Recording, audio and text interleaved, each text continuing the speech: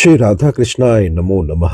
सर्वप्रथम मैं भगवान श्री राधा कृष्ण के श्री चरण कमलों की वंदना करता हूँ। आप सभी भक्त और श्रोताजनों को भी सादर नमस्कार करता हूँ। ग्रंथ श्री योग वशिष्ठ से आज हम उस अध्याय का श्रवण करेंगे जिसमें भगवान श्री रामचंद्र जी धन संपत्ति तथा आयु की निस्सारता एवं दुख के रूप का वर्णन कर रहे हैं, जो इस ग्रंथ में इस प्रकार से वर्णित है। श्री विश्वामित्र जी ने कहा, राजकुमार, हिलते हुए नील कमलों के समूह की भांति जो तुम्हारे नेत्र चंचल हो रहे हैं, इसमें तुम्हारे चित्त की व्याग्रता ही कारण है। इस व्याग्र जनित नेत्रों की चंचलता को त्याग कर बताओ, क्यों मोहित हो रहे हो? तुम्हारे इस मोह अथवा भ्रम का क्या कारण है? निष्पाप श्री राम, तुम्हारे मन में जो अभिलाषा हो उसे शीघ्र बताओ। तुम्हें वह सब मनोरथ प्राप्त होगा, जिससे मानसिक व्यथाएं फिर तुम्हें कष्ट नहीं पहुंचाएगी। उत्तम बुद्धि वाले विश्वामित्र जी का यह वचन, जिसके भीतर अपनी अभिलाषा के अनुरूप अर्थ का प्रकाश निहित था, सुनकर रघुकुल केतु श्री राम ने खेत त्याग दिया। श्री वाल्मीकि जी कहते हैं, भारद्वाज मुनीश्वर विश्वामित्र के इस प्रकार पूछने पर श्री रामचंद्र जी ने धैर्य धारण करके परिपूर्ण अर्थ के गौरव से दबी हुई सी मंद मंद मनोहर वाणी में कहा। भगवान श्री रामचंद्र जी बोले, मुनीश्वर, मैं अपने पिताजी के इस महल में उत्पन्न हुआ, क्रमश पढ़ा और फिर मैंने विद्या भी प्राप्त की। तत्पश्चात सदाचार के पालन में तत्पर रहकर तीर्थ यात्रा के उद्देश्य से समुद्र द्वारा घिरी हुई सारी पृथ्वी पर भ्रमण किया। इतने समय में मेरे मन में जो विचार उत्पन्न हुआ वह इस सांसारिक विषय आस्था को उठा देने वाला है। तीर्थ यात्रा करने के अनंतर मेरा मन विवेक से पूर्ण हो गया, जिससे मेरी बुद्धि भोगों की ओर से नीरस विरक्त हो गई है और उसके द्वारा मैंने इस प्रकार विचारना आरंभ किया। श्री रामचंद्र जी कहते हैं, ये जो संसार का विस्तार है, इसमें क्या सुख है? कुछ भी तो नहीं। चर और अचर प्राणियों की चेष्टाओं के विषय तथा केवल वैभव काल में ही रहने वाले ये जितने भोग के साधनभूत पदार्थ है, सब के सब अस्थिर, क्षणभंगुर, आपत्तियों के स्वामी अर्थात केवल विपत्ति में डालने वाले तथा पाप स्वरूप है। जैसे मरीचिका में जल न होने पर भी भ्रम से उससे जल समझकर उसके द्वारा मोहित हुए मृग वन में बड़ी दूर तक खींचे चले जाते हैं, उसी प्रकार मूढ़ बुद्धि हुए लोग संसार के पदार्थों में सुख न होने पर भी उनमें सुख मानते हैं और उसी के लोभ से आकृष्ट होकर इधर उधर भटकते रहते हैं। यद्यपि यहाँ लोग किसी के द्वारा बेचे नहीं गए हैं, तथापि बिके हुए के समान परवश हो रहे हैं। इस बात को जानते हुए भी कि यह सब कुछ माया का खेल है, हम सब लोग मूढ़ बने बैठे हैं, इस माया से मुक्त होने का प्रयत्न नहीं करते। ये कितने खेद की बात है। संसार के इस प्रपंच में जो अत्यंत दुर्भाग्यपूर्ण भोग दिखाई देते हैं, ये क्या है? इस पर विचार करना चाहिए। सब लोग व्यर्थ ही उनके मुंह में पड़कर भ्रांतिवश अपने को बद्ध मानकर बैठे हुए हैं। जैसे वन में किसी गड्ढे के भीतर गिरे हुए मूढ़ मृग दीर्घ काल के पश्चात यह जान पाते हैं कि हम गड्ढे में पड़े हैं, उसी प्रकार लोगों ने बहुत समय के बाद यह जाना है कि हम मूढ़ जीव व्यर्थ में ही मोह में पड़े हुए हैं। मुझे राज्य से क्या लेना है और भोगों से ही क्या प्रयोजन है? मैं कौन हूँ? यह दुख दृश्य प्रपंच क्या है और किस लिए सामने आया है? जो मिथ्या है वह मिथ्या ही रहे, उसके मिथ्या होने से किसकी क्या हानि होने वाली है? ब्राह्मण, जैसे यत्र तत्र भ्रमण करने वाले पथिक को मरुभूमि से विरक्ति हो जाती है, वैसे ही इस प्रकार विचार करते करते सभी भोग्य पदार्थों से मेरी अरुचि हो गई है। मुनीश्वर, देखिए, भिन्न भिन्न रूपों में उपलब्ध होने वाले उन तुच्छ भोगों ने हमको उसी प्रकार जर्जर बना दिया है, जैसे प्रचंड वायु पर्वतीय वृक्षों को जर्जर कर देती है। सब लोग अचेतन से होकर प्राणामधारी पवन से प्रेरित हो व्यर्थ ही शब्दोच्चारण कर रहे हैं। जैसे कीचक नामक बांस अपने छेदों में हवा भर जाने से बांसुरी की सी ध्वनि करते हैं। संसार की संपदाएं सदा सबकी वांछना करती रहती है। ये मनुष्य की मनोवृत्ति को मोह लेती है, उनकी सद्गुण राशि का नाश कर देती है और तरह तरह के दुख दिया करती है। दुखों का जाल सा बिछाती रहती है। ये धन वैभव चिंताओं के चक्कर में डालने वाला है, इसलिए मुझे आनंद नहीं देते तथा बच्चों वाली स्त्रियों से भरे हुए घर भी भयानक विपत्तियों के आवास स्थान की भांति मुझे दुख ही प्रदान करते हैं, सुख नहीं।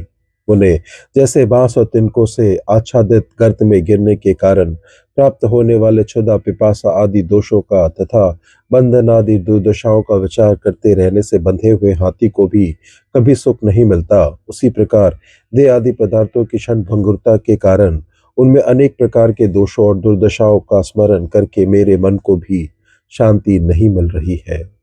अज्ञान रूपी रात्रि में तीव्र मोह रूपी कोहरे से लोगों की ज्ञान रूपी ज्योति के नष्ट हो जाने पर दूसरे को दुख देने में परम चतुर विषय रूपी सैकड़ों चोर हर समय और प्रत्येक दिशा में विवेक रूपी श्रेष्ठ रत्न का अपहरण करने के लिए जी जान से लगे हुए हैं। युद्ध में उन्हें मार भगाने के लिए तत्वज्ञानी पुरुषों को छोड़कर दूसरे कौन से सुभट समर्थ हो सकते हैं। तत्वज्ञानी ही उनको नष्ट करने में समर्थ है, दूसरे नहीं। आगे श्री रामचंद्र जी कहते हैं, मुने ये लक्ष्मी यह धन संपत्ति संसार में यदि स्थिर होकर रहे तो बहुत से सुखों की साधन भूत होने के कारण वह सबसे उत्कृष्ट वस्तु है।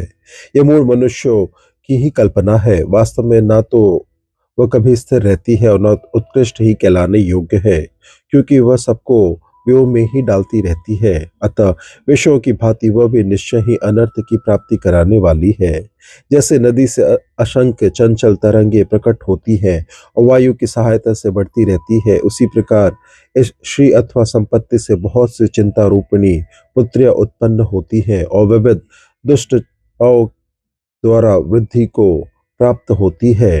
यह संपत्ति शास्त्रोक्त सदाचार से रहित पुरुष को पाकर इधर उधर दौड़ती रहती है, कहीं एक जगह पैर जमाकर स्थिर नहीं रहती।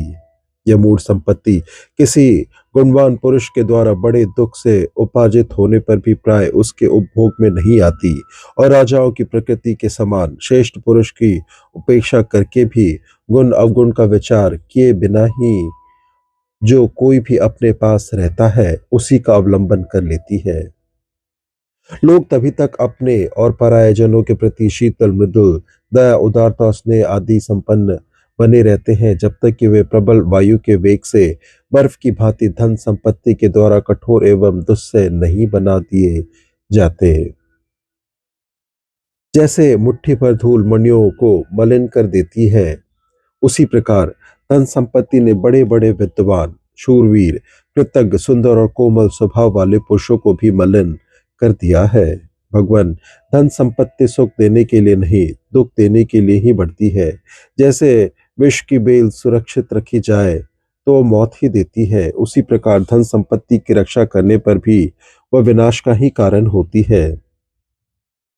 जो धन संपत्ति से युक्त होकर भी जनता की निंदा का पात्र ना हो, शूरवीर होकर भी अपने ही मुंह से अपनी बढ़ा चढ़ाकर प्रशंसा ना करता हो तथा स्वामी होकर भी समस्त सेवकों अथवा प्रजाजनों पर समान दृष्टि रखता हो, ये तीन तरह के पुरुष संसार में दुर्लभ है।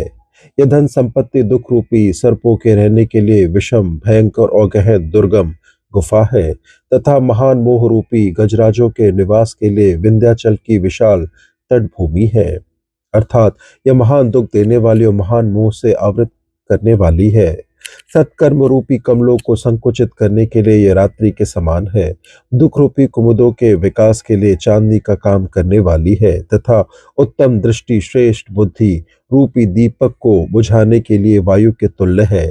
धन संपत्ति भय और भ्रांति रूपी बादलों की उत्पत्ति तथा वृद्धि करने वाली है, विषाद रूपी विष को बढ़ाने वाली है, विकल्प संशय रूपी खेती की उपज के लिए क्यारी के समान है तथा खेद या कष्ट प्रदान करने के लिए भयंकर सर्पणी के तुल्य है, वैराग्य रूपी लताओं को नष्ट करने के लिए ओले के समान है, काम आदि मनोविकास रूपी उल्लुओं को सबल बनाने के लिए अंधेरी रात्रि के तुल्य है, विवेक रूपी चंद्रमा को ग्रस लेने के लिए राहु की दाढ़ है और सौजन्य रूपी कमल को संकुचित कर देने के लिए चंद्रमा की चांदनी है।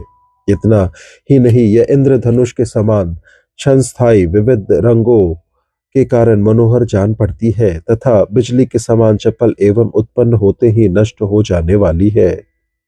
प्राय जड़ ही इसके आश्रय है, यह एक रूप से कहीं क्षण भर भी नहीं ठहरती, पानी की लहर और दीपक की लौ के समान चंचल है तथा जिन्हें जाना अत्यंत कठिन है, ऐसी असंख्य दुर्दशाओं की प्राप्ति कराने वाली है। यह धन संपत्ति मनोरम होने के कारण चित्तवृत्ति को अपनी ओर खींच लेती है। प्राय अनर्थकारी कर्मों से इसकी प्राप्ति होती है और प्राप्त होकर भी यह क्षण भर में नष्ट हो जाने वाली है। उन्हें जीव की आयु पत्ते के सिरे पर लटकते हुए जल बिंदु के समान अस्थिर है। वो उन्मत्त के समान असमय में ही इस कुत्सित शरीर को छोड़कर चल देती है। जिनका चित्त विषय रूपी विषधर सर्पों के संसर्ग से सर्वथा जर्जर हो गया है और जिनमें प्रौढ़ आत्म विवेक का भाव है, उन लोगों की आयु उन्हें कलेश देने वाली ही है।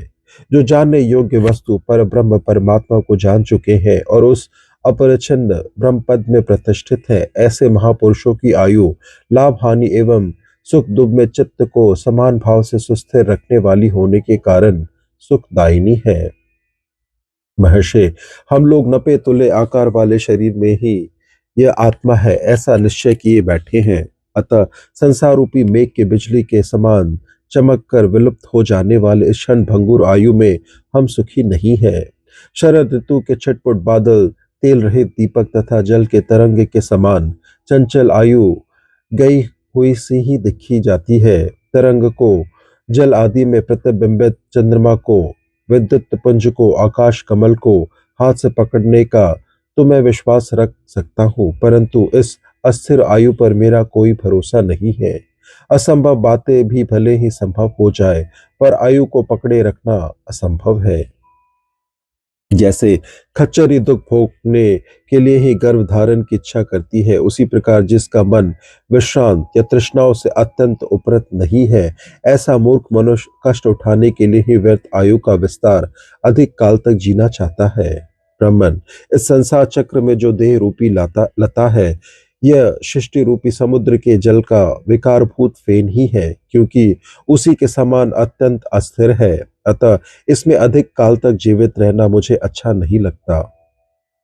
वास्तव में वही जीवन उत्तम जीवन कहलाता है, जिससे अवश्य पाने योग्य वस्तु परमात्मा ज्ञान ही की प्राप्ति होती है, जिससे फिर शोक नहीं करना पड़ता तथा जो परम निर्वाण रूप सुख का स्थान है।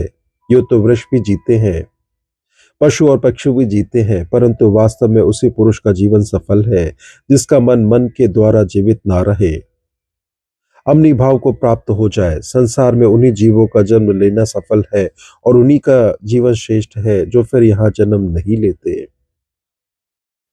शेष प्राणी तो बूढ़े गधों के समान, जैसे गधे अधिक काल तक जीने पर भी उत्तम जीवन नहीं बिताते, उसी प्रकार उन प्राणियों का भी जीवन है जो इस अपवित्र देह को ही आत्मा माने बैठे हैं। अविवेकी मनुष्य के लिए शास्त्रों का अध्ययन भार रूप है, रागी विषयक्त पुरुष के लिए तत्व ज्ञान भार है, अशांत मनुष्य के लिए मन भार है तथा जो आत्मज्ञान से शून्य है उसके लिए शरीर भार है। जिसकी बुद्धि दूषित है उस पुरुष के लिए रूप, आयु, मन, बुद्धि, अहंकार तथा चेष्टा ये सब के सब उसी प्रकार दुखदायक है, जैसे बोझ ढोने वाले मनुष्य के लिए उसके सिर का बोझ कष्टदायक होता है। आयु कठोर परिश्रम एवं सुदृढ़ कष्ट को ही देने वाली है। इसमें श्रम की निवृत्ति कभी नहीं होती, कामनाओं की पूर्ति का भी अभाव ही रहता है। यह आपत्तियों का परम आश्रय और रोग रूपी पक्षियों का घोंसला है। जैसे बिल में विश्राम करने वाले तथा विष के द्वारा संताप देने वाले भयंकर सर्प वन की वायु का पान करते हैं, उसी प्रकार शरीर रूपी बिल में रहकर विषतुल्य दाह पैदा करने वाले भीषण रोग रूपी सर्प जीव की आयु का पान करते हैं। जैसे काट के छोटे छोटे कीड़े उसके भीतर रहकर पुराने पेड़ को सदा काटते और उसे धूल सी गिराते रहते हैं, उसी प्रकार सदा पीप, रक्त और मल बहाने वाले तथा देह के भीतर निवास करने वाले दुष्ट रोग आदि दुख निरंतर आयु का उपक्षेद करते रहते हैं।